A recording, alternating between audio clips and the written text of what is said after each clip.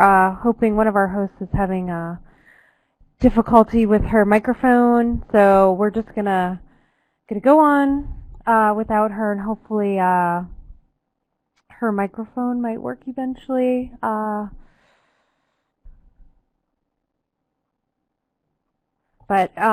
I'll just get started, and we'll and we'll do housekeeping at the end. So welcome to the webinar. This is the Science and Technology Session Chat of the Association of College and Research Libraries, and today we're going to talk about using the Pico method in library instruction across STEM disciplines. So my name is Stephanie Ritchie.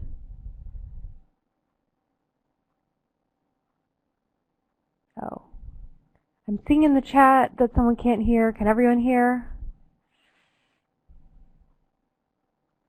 Okay. Okay, good. Okay, great. Everyone can hear. Great. Yay, technology. So I am the Agriculture and Natural Resources Librarian at the University of Maryland. I actually just started this position in May of this year, and prior to that I was with the National Agricultural Library in Beltsville, Maryland for about 15 years, actually since I was a graduate student. So I've been an agricultural librarian for a good long while. I'm relatively new to teaching information literacy. I have done some teaching, mostly of adult learners, in agriculture and technology, but in a lot of one-on-one tutorials with people. So as I was developing my learning plans and working on becoming a better teacher in information literacy, I ran across using Pico as a strategy to help students develop research topics. And I'd seen this methodology prior to this in some of my colleagues that had done nutrition and evidence-based research methodologies in nutrition. And so I was slightly familiar with it but hadn't tried using it. And some of the classes that I was doing some information literacy teaching in were nutrition classes, and then once I'd used the Pico method in those classes, I thought, maybe some of my other science-based, either agriculture or even we have a technical writing class for science majors, so using it as a tool in one of those types of classes, I thought.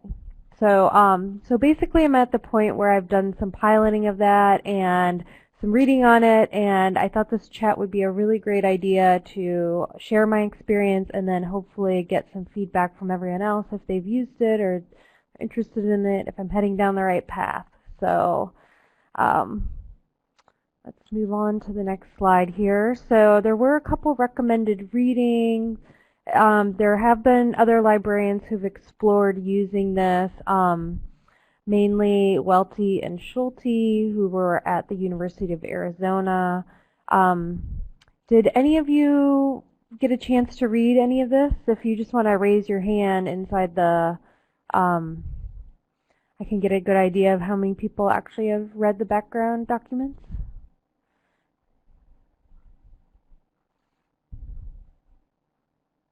Great, yeah, and the little thing to raise your hand should be up in your top bar. Okay, and it looks like in the chat a few people have said yes too. Okay, great. So, and a few people raised their hand. One person said no. So I'll give a brief overview. So basically,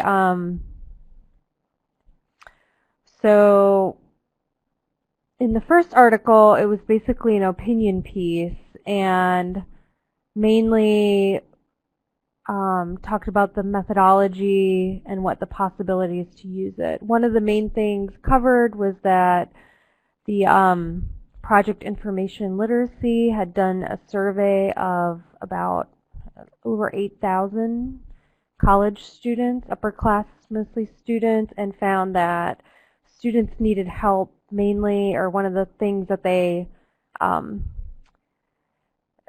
selected as a thing that they needed help with in information literacy skills was to be guided in formulating research questions, and they reported anxiety around that and found that that was rather debilitating for them in their studies. So, so that was an interesting article, kind of trying to connect this methodology to solve a real need in information literacy teaching. In addition, there was a conference presentation that those librarians did looking at using Pico, and they actually tried to use the model across different disciplines. So if you look at the slides, you'd see there were examples from the humanities and social sciences and other STEM disciplines in addition to medicine, where it's commonly used. All right. So for those of you who haven't done all the reading, I'm just going to do a really quick overview of what Pico is. And I cribbed the slides with attribution here from them, since they'd already done a great job of summarizing it. So Pico commonly stands for population, intervention, comparison, and outcome. And this is coming from David Sackett.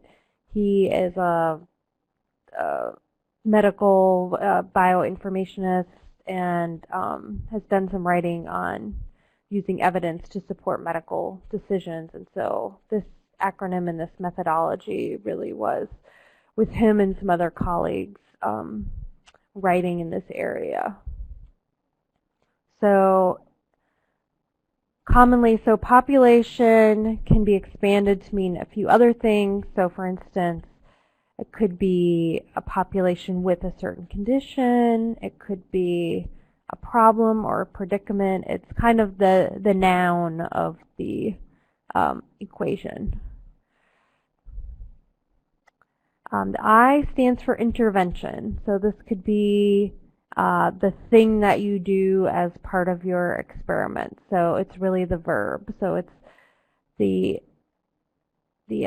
issue that you want to explore, or kind of the what. Okay. So also in Pico, there's usually a comparison, and another, in some science research, we'd also think of that as a control. So it's going to be whatever change that you've designed or that you're looking at as part of your research, you want to have what you're comparing it to. And then O stands for outcome. So it's basically what you can measure in the end, what is different or changed because of the condition, the indicator that changed things. So I'll give you all a really quick overview of what I'm doing to teach Pico and how I've developed that. So when I'm usually trying to do something active with the students in my classes, so I've developed a worksheet, and we usually do it either together, so the class individuals work on it, or else the class may get into small groups, especially if they're already working on research in groups, and then we go through the worksheet together. So sometimes, depending on the level of the students and how much experience they have, I have them try to fill it out on their own first. And then sometimes, if they have a lot less experience with this kind of thing, we definitely walk through it all together. And then sometimes there's also time given for them to do it on their own, so to practice it after we've gone through it together. So, and usually I have to work with the professor to determine which seems logical for the students in that class. So I often ask the instructors to give me an example topic, and they usually, we try to choose something broad and not very well formed. So something with a little bit of information and related to what the class is about, but not, so not sort of handing them the research question on a silver platter. So in the nutrition course, which was for upper level undergraduate students, it was a research methods class. We were using breakfast consumption among college students as our example. So, and you can see there was kind of a grid set up here that we use just to record the information in. And then I also had the students go through a discussion that was a little bit more typical. And then sometimes this discussion actually informs what was originally brainstormed to be put in these boxes. So when we start talking about who might be interested in reading the research once it's published, sometimes the population or participants can change a little bit. If there's other issues or events, sometimes the outcome can be impacted, or even the comparison or control, sometimes it is impacted. Definitely when we talk about its placement in society, that can change what kind of outcome they might be looking for. But in general, it really helps them just understand why they're interested in a certain topic and helps them refine the broader topic. So, and then at the end of that, we all write out a question to do, or each of the students, if they're trying to come up with their own question, then they write out their own question.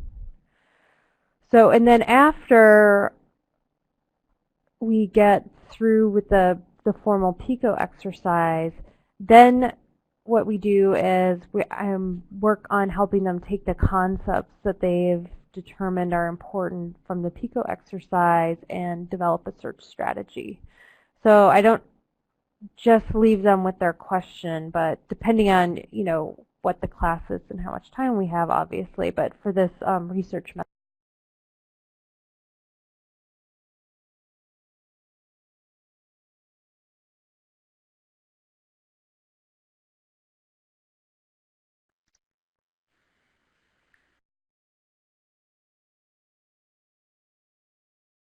What happened, but somehow I lost my connection, so I'm back.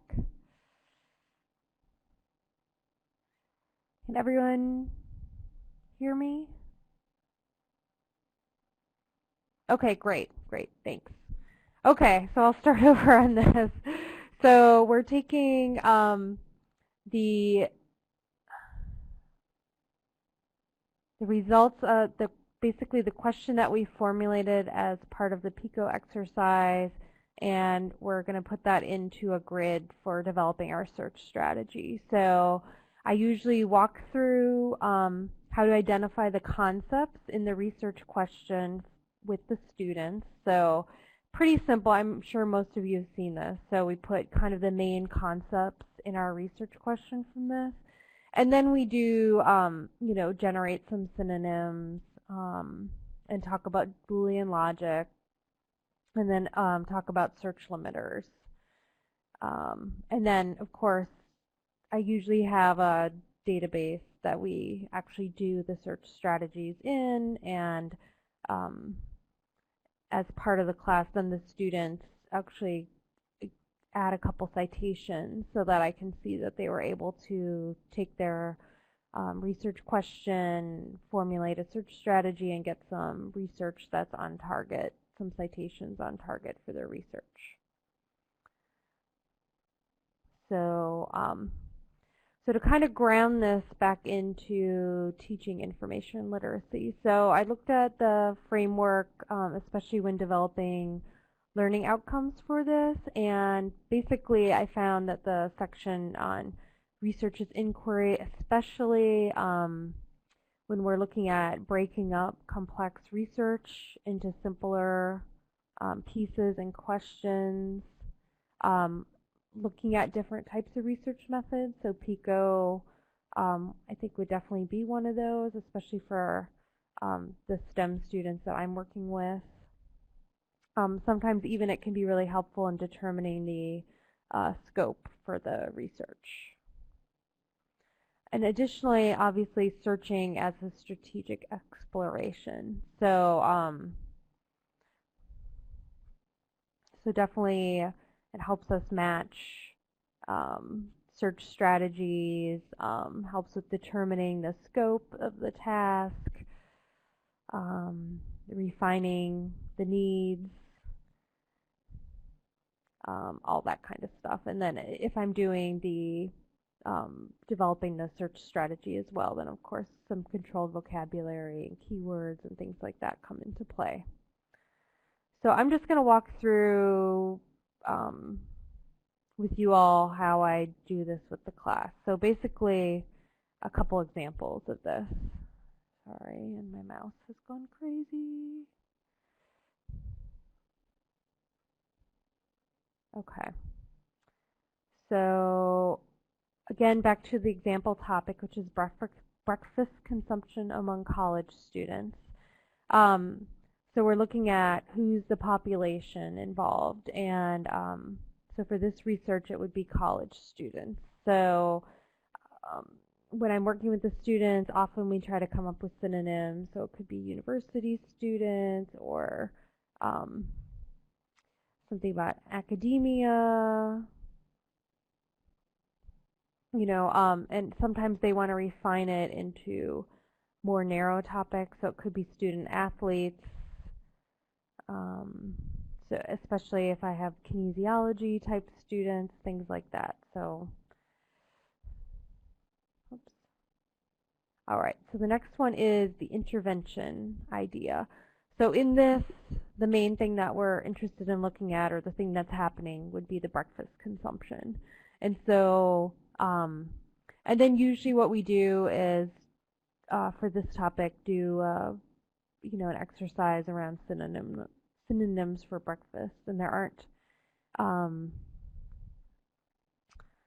too many actual synonyms out there for breakfast, but we can sometimes, if we want something a little broader, actually there's not a lot of research literature on breakfast for students either, and so sometimes when we do the initial searches we don't come up with much, so we might add meals or other broader terms there.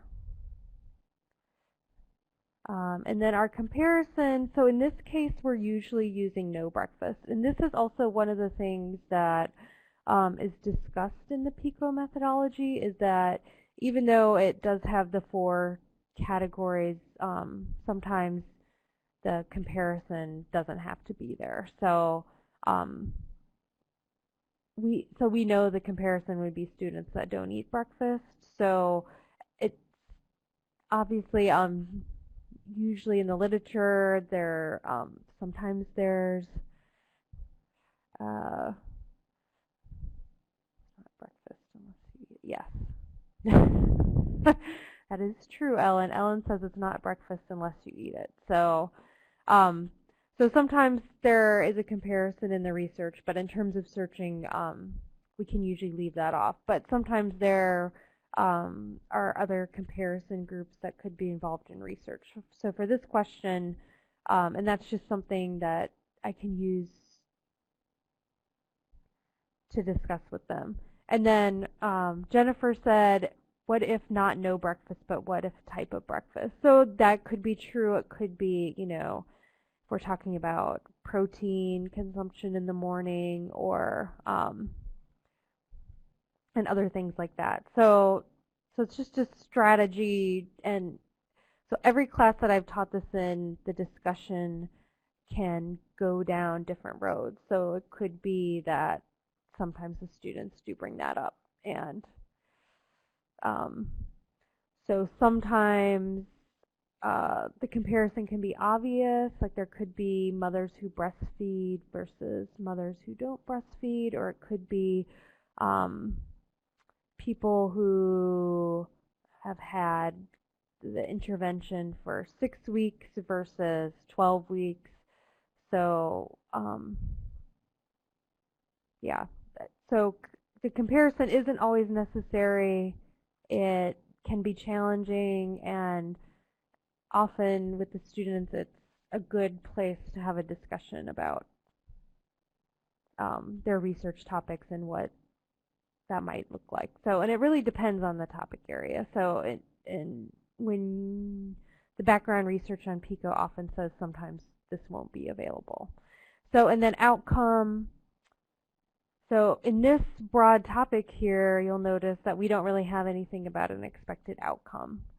So sometimes when you're formulating a search strategy, you also don't have a good idea of what the outcome is, but then sometimes, so we do. So we, with my nutrition students, we often talk about what kind of outcome are they thinking they might find. So it could be, you know, test scores. It could be, if they're student athletes, it could be, you know, something about health or athletic performance. It could be about health in general or body image. So you can kind of go lots of different ways with it.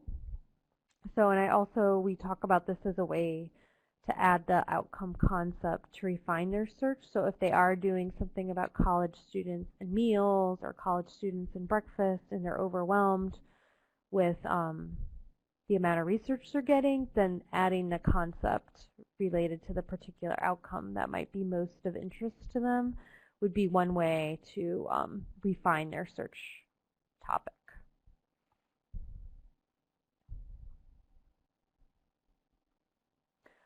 So I'm just going to read the chat comments because they seem more interesting in place. So Eli says, I've done a little work with Pico and health sciences students, and the comparison is always the hardest part for my students to figure out how to formulate. So I would agree with that, because that one, you can kind of take it or leave it. And Jennifer says, I'm waiting to see, but Pico seems too focused on an experimental or quasi-experimental method to be useful in all cases. So Jennifer, in some of the research literature, they talk about Pico being more useful for, I'm thinking, that it has to be, they differentiate between background research and foreground research. So Pico's more considered to be foreground and less likely to be background, although some parts of it people do use to explore background issues, but usually, you know, what the condition is, for instance. So, and then the foreground is actually the condition. So this, I'm talking about this in terms of the medical or health sciences field, but that the foreground question is sort of like what you're noticing when a patient comes in and you have to develop a prognosis, or you have to look at evidence to determine how you would treat that. So you're right, and that's kind of one of the reasons I also wanted to have this, is that it's an interesting discussion, and if you go and look at the slide that actually was in the recommended reading by Welty and Hofstetter from the LOAX conference, you can see that they've tried to use Pico and fit in the social sciences and the humanities and things like that. And I think some of them are a little bit of a odd fit, and I think this is probably a much more natural structure to use for STEM. So I'm gonna move on, and maybe we'll see, because I took an example from another area in science. So the idea is, how are floodplains with levees impacted by deforestation? So in this situation, you're not looking at people, but you're actually looking at a problem or a thing. So you want to study these floodplains that have levees. So that's kind of your population, or your principal thing, or your problem, to use some of the words people have used to try to stay with the acronym. And then the intervention in this case, or the change in the condition, would be the deforestation. All right. So our comparison actually would be areas that don't have levees. So of course, it would be really good to look for studies that do have those kind of comparisons, but they may or may not be out there. And then our outcome in our general question, or our general research topic, we haven't defined our outcome, but maybe from initial exploration, we might see if there's increasing or decreasing floods or other sort of natural system changes that we would be interested in exploring. All right, so I'm going to return to the chat, and I see there's a couple other questions in there. Okay. So Ellen says that it's hard for students when they don't have a good understanding of the topic in general. Yeah, so I guess to go back to the worksheet is one of the reasons why we start with the example topic is because it does kind of give you a place to start. So in some cases, the instructors give the students really broad topic areas. So they might say climate change or organic foods or something very general like that.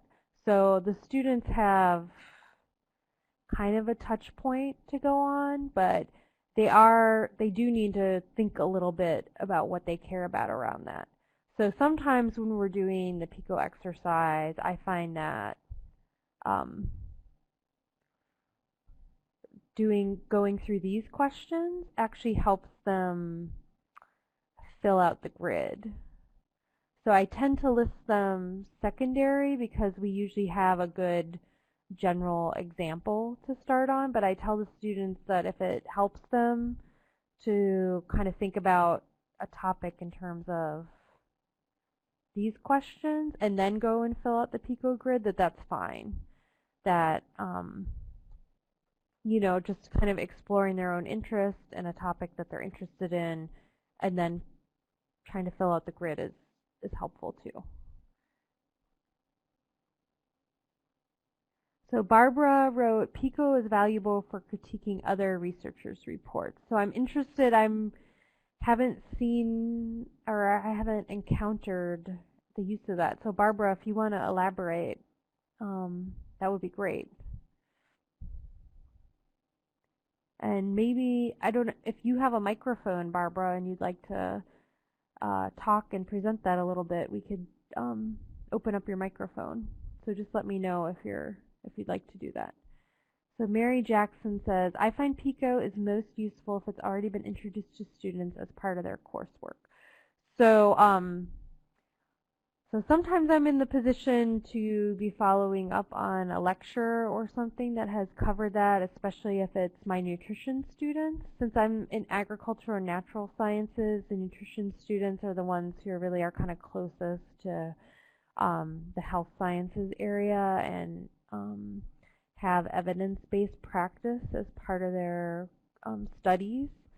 But I guess I'm kind of open to that in this discussion since I did look at a couple other models for helping students develop research questions, and they are really similar to the who, what, where, when, why kind of methodology, which the project information literacy seemed to indicate that even though that was pretty common practice in information literacy teaching, that students were still finding that to be a pretty stressful part of determining what to do. So I was looking for other models beyond that, and so I think some students look like Pico because it looks very structured, and I think they feel like if they can get something in each of those boxes, they'll have the beginnings of a structure.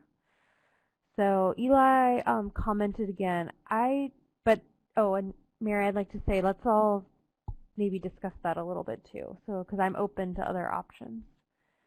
Eli commented to say, I'd be ready for students to have questions about what a comparison can be. Sometimes they go too broad, like to say everything else, and sometimes they can't think of anything that would be a comparison. As Stephanie mentions, it's not always necessary. Yes. Okay, and Jennifer shares that she's doing civil engineering, environmental engineering, a bunch of engineering, but not for the type of research technologists may do.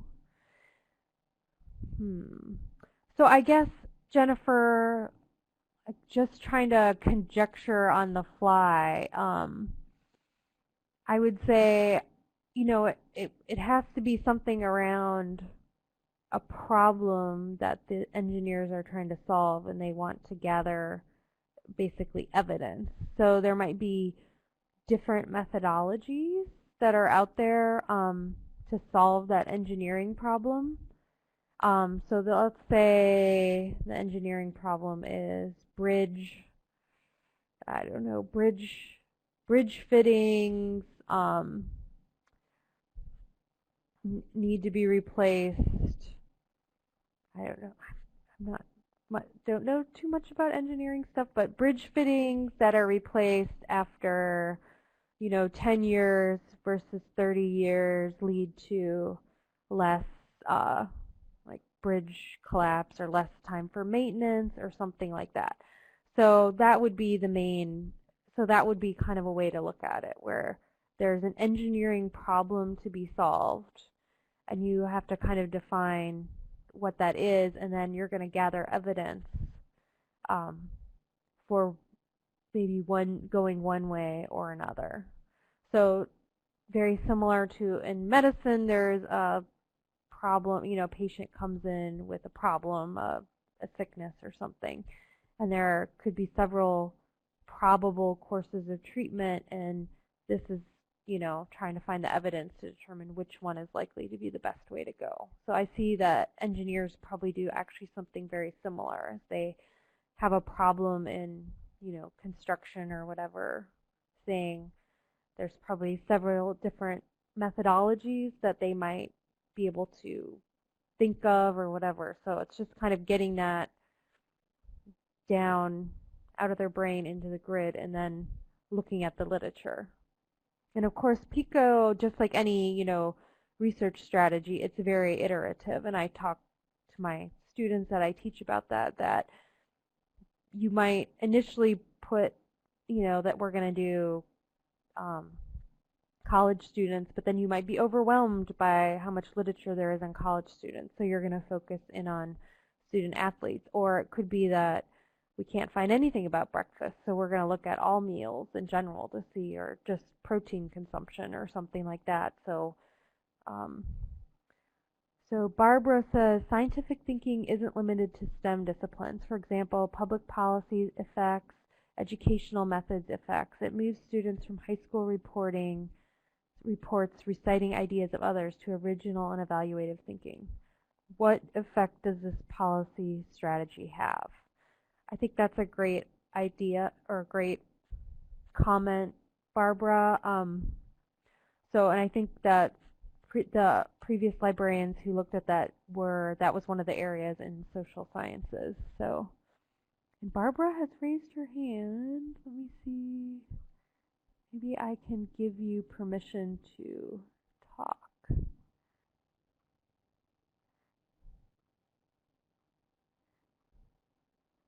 Okay, Barbara, I've made you a presenter. Do you have a microphone? Can you try talking? Or Sophie? All right, do you have my microphone now? Barbara, can you hear me now? You, yes. Great. Yes. I just wanted to comment from my perspective in patents and trademarks, which is very cross-disciplinary, that making that kind of evaluation is, of course, important for the inventors to say, what is the effect of my invention? That's part of what you need to show that the invention is indeed solving a problem. It's a novel solution to things. But it's also important, for example, in business. If you have a marketing plan that you want to increase the use of a product, the purchase of a product someplace, you need to be able to evaluate what effect your marketing had on that. So it's really just a scientific way of measuring the effectiveness of a particular strategy. And I could even imagine, I'm not an artist, but I could imagine it in art. Mhm. You know, if you want to use art in a particular way, is it having the effect you wanted? Yes. So I think so the main thing is that you have sort of an experimental type question. So you're comparing one strategy to another strategy, for instance. Hmm. I think in the Thank social you. sciences, sometimes so people are so enthralled with an idea, you know, because of maybe the novelty of it, or because it's following some tradition that they are excited about, that they're just oblivious to any actual assessment of the effects of that concept, and don't even understand criticism of the concept by people who look at the effects, saying, how can you say that? Because this is obviously such a wonderful idea. So Hmm. it it really prepares them poorly for a career in whatever field, whether it's teaching or law or economics, or, you know, it's not just the STEM stuff, even though I love the STEM stuff too. Hmm. Thanks for your comments, Barbara. So I'm you I'm can I I'm going can to turn leave off you as my a mic. So presenter, and you can, yeah, just mute yourself. So, and if anyone else would like to make some comments too, I can make you a presenter so you can use your microphone.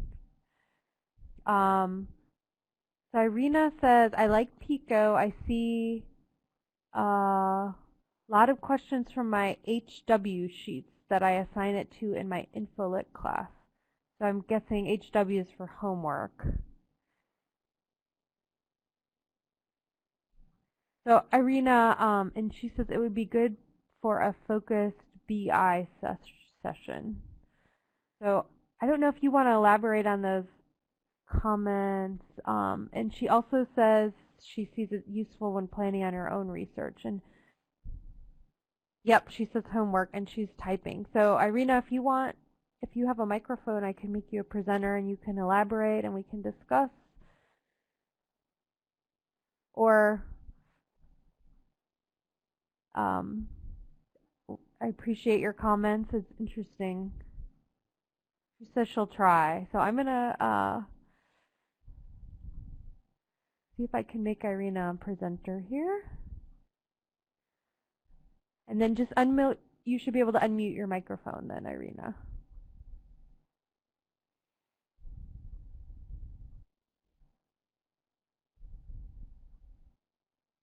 So I'm curious about what you said. You could see it being useful for a focused BI session.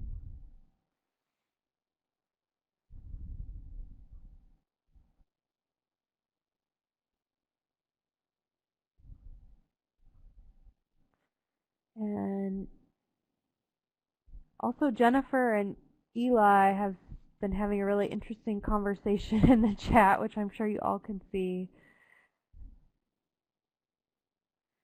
She says the P and the I are often already given. So it would be interesting, Jennifer, also, if you'd like to discuss. Irina, uh, Jennifer or Eli, if you guys have a microphone and would like to talk, that would be great.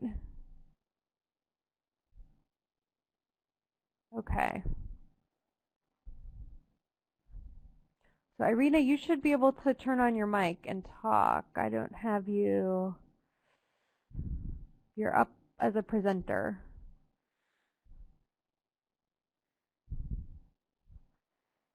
So, although sometimes if you have a plug and not a USB headset, if you're in a quiet place, you could just use your computer microphone, and if it doesn't work, yeah. The mic button's right at the top of your screen, so yeah.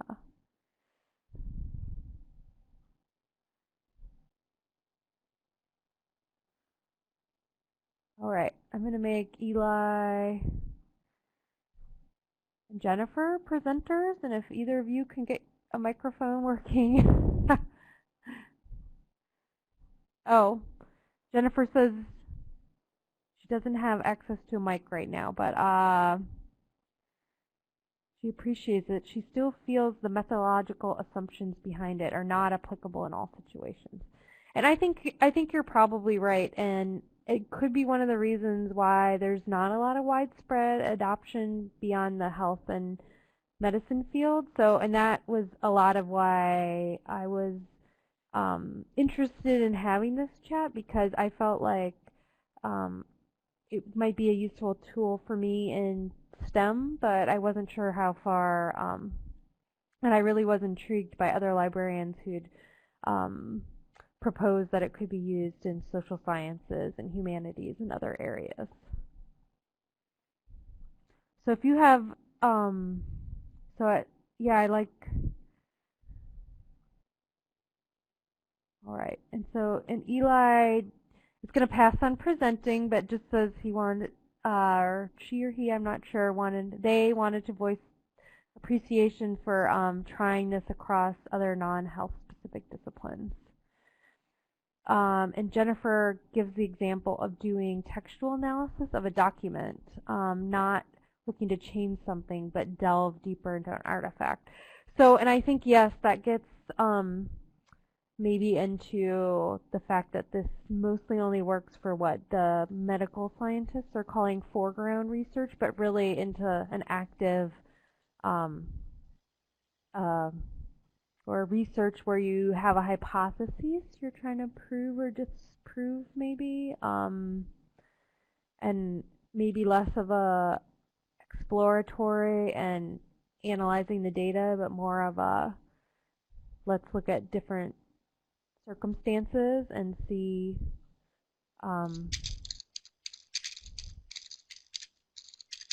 how, how one could be more effective in a different condition than another. So, and there's some disciplines, yes, that's all that they tend to do in their research, like a laboratory-based experimentation versus, like you said, the more social sciences or humanities-based research, which might be, looking at an item and learning more about it. Okay. And Irina says she teaches information literacy in mathematics and statistics. And it's a 1-course credit for Math Gen Ed. Julie has chimed in, and she says using it at liberal arts colleges for nursing and health sciences, undergraduate communications, education, art, and info-lit instruction. All right. So I'm going to go actually put a little bit of structure back into our webinar here. I actually did develop some questions I thought we could discuss so if anyone wants to respond to any of these questions or have a strong feeling about it. But I'm curious, do we think using it to teach information literacy outside of evidence-based medicine? So we've kind of discussed that already and talked about it being better at some types of research probably than others. But maybe a good fit for research areas where there are comparisons or there are experimental constraints, or somewhere where you need to use evidence to support decision making. We've looked at it for other STEM subjects, and it seems like in some it might be a better fit than others, so maybe not for every type of methodology in every STEM subject. Does anyone have any strong ideas about what pros or cons they see to using Pico? And also, if anyone saw the classroom activity or the worksheet that it wasn't quite presented in worksheet form, but if you have ideas for making improvements to that, I'd love that. Or if any of you want to take the worksheet and use for your own purposes and then give me some feedback too, I would love that. All right. So Sarah Parker says, I'm already thinking about introducing it into my instruction with biomedical engineering students. I can see the advantage to help students get to that step in structuring their search. I'm glad. I hope it will be a useful tool, Sarah, and I hope we can correspond maybe on how it works for you in that area. Iris says, teaching dental hygiene where it's heavily used. She just started with a graduate allied health leadership class, and seeing some of the research statements on leadership and management may be able to use Pico. Thanks for the discussion. That's really cool, Iris. So I'd be interested to see how that all plays out. Mary Ellen asked, do you have any luck doing this in 2-session class sessions? So my nutrition upperclassmen that I work with, we usually do at least 2-hour sessions. It's during their lab session that we actually do this. And then I did do this across 2 sessions with my, it's the technical writing class for science majors. And so I covered Pico and just kind of formulating their research question in one, and then we came back to what the research question was and did the developing the search strategy and searching in the databases. So their assignment was to have an annotated bibliography with 10 citations. So we were using, also looking at citation chaining and some other things to help them find all the citations that they needed for their annotated bibliography. And in addition, then we covered using bibliographic management tools as well. So, but Pico was very good as a foundation. And as you could see, that was the worksheet that I put here was the one I used for that class. And we kind of did one side for one class and then the second side for the next class. And those were, I think they were 75-minute classes.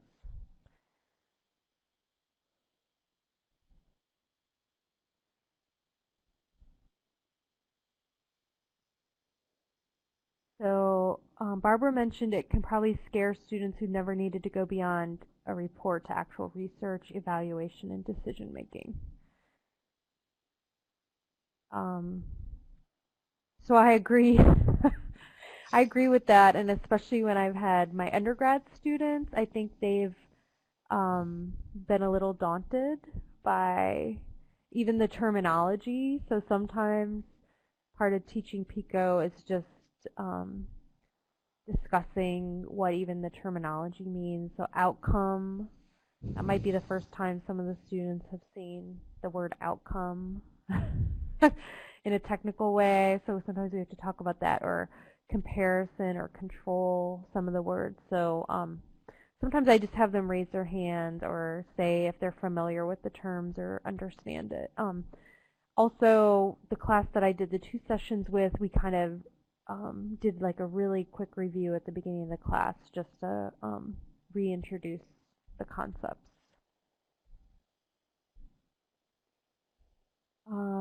Irina asked me what style of citations were you using. I'm not exactly sure what you meant. So we were using Web of Science and Google and some of the other the science databases. I think Academic Search Complete might have been one that we were using that doesn't do citation chaining as well. So, but I was showing them different techniques in different databases of how to find additional research. So, you know, just simple things, even just looking at the references for items that they found that they identified were good items. Jennifer says, with my students not using Pico, I find that they need to step back and refine what they mean. Feasibility, what is that? I have questions. 5 W's and how for students to consider what is important for their research. Jennifer, I agree with you, and so on the worksheet I did have some of those follow-up questions, and that actually was an area I was thinking about defining a little bit more or trying to figure out what the best questions in the STEM area might be. And maybe they would be questions that would change for each course I taught depending on what their assignments were and what where our starting point was. Okay, Barbara says, activity in collaboration with classroom instructor. Apply research strategy to existing statistical data, so it avoids human experimentation limits. So that's a good idea, I think. It would be fun to kind of figure out what the data set is and what the research question would be based on that. Maybe that would be something you could present and we could all chat about, Barbara, because I'd like to see that in practice. So Jennifer says, so who would be the population? Is there a specific group of people involved? Any key individuals? Yes, so the who, yeah, would be. So that's similar to Pico. And in my worksheet, I was asking, about so the kind of the Pico, the population, the experimental population, as I kind of think of it, and also the audience for the research itself too. So them to sort of think about a whole bunch of different who's. And Eli agrees, yes, have to be prepared to help them grasp the terminology. And it is helpful, I've noticed, like with my upper grad nutrition students, since evidence-based practice is really an expectation from them. I already have had the instructor introducing these kind of ideas, and so in those classes I can kind of move along a little faster, and I think the students, when we do, are participating together, it's easier for the students to kind of come up with the ideas. When I am working more with my undergrad students that could be from across different STEM disciplines, it takes a little bit longer, I think, for some of the concepts and how it's all going to work to click. Although the instructor's given me some good feedback on, some areas I can spend a little time, but then there's also some the students have really appreciated it because they like having a structured way to approach trying to develop their research topic. Julie says, I can see this being used in communications research, looking at how strategies or techniques employed by the media in their reporting of news has impacted different populations. Sort of historical analysis of what has happened rather than doing original research as might be done in the hard sciences. Right, that's cool, Julie. So, yeah, I think in any situation where you can look at what's out there and kind of compare and contrast things. This might be helpful in developing that. Iris says her dental hygiene class is 2 hours and the graduate class teaching is 2 weeks of the course online. And the assignments that the students complete are essays. All right, I think I might be a little far behind on the comments. And Jennifer says she can see the benefits before of them using Pico. Oh, and Irina said, did she mean APA, Chicago, or similar? Oh, so usually we're not too prescriptive. Usually we just try to let the students know that there's multiple citation formats and that, they're depending on what they're writing for, which publication or which class that might be prescriptive, they should use that, and we just show them usually like the Purdue Online Writing Lab or somewhere similar where they can get more information about how to format their citations, and then show them Zotero or Mendeley or something like that that can assist them with better formatting their citations and keeping track of their research articles. So Andrea says the article that Stephanie suggested also talks about how students often need background information to prepare them to develop their questions or fill in what they don't know. And I'll agree with Andrea on that. It does help if they know something. And the undergraduate science class that I work with, the instructor, she has a theme that she uses each semester. So the past semester it was on bees and colony collapse, and they'd already done some work around that, and they'd seen some videos and some other, like all their coursework they'd done, she'd used examples on that topic. So when we did the worksheet, we used, they were in separate groups, so I kind of formulated very broad questions around bees and current stuff around colony collapse and pesticides and things like that. And so they already were introduced to a little bit of background information in that topic area, and so they weren't totally thrown in the deep end, but this was definitely very new information to them. So Barbara's mentioned, here's a simple idea for patent and trademarks, Pico. The P would be the U.S. inventors, the I would be the change in the law, the C would be before or after change, and the O would be the number of patents filed or granted. Huh, that's interesting.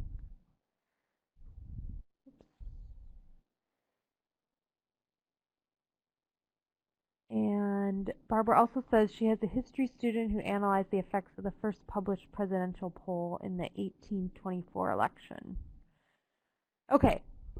And, we've hit 3 o'clock now.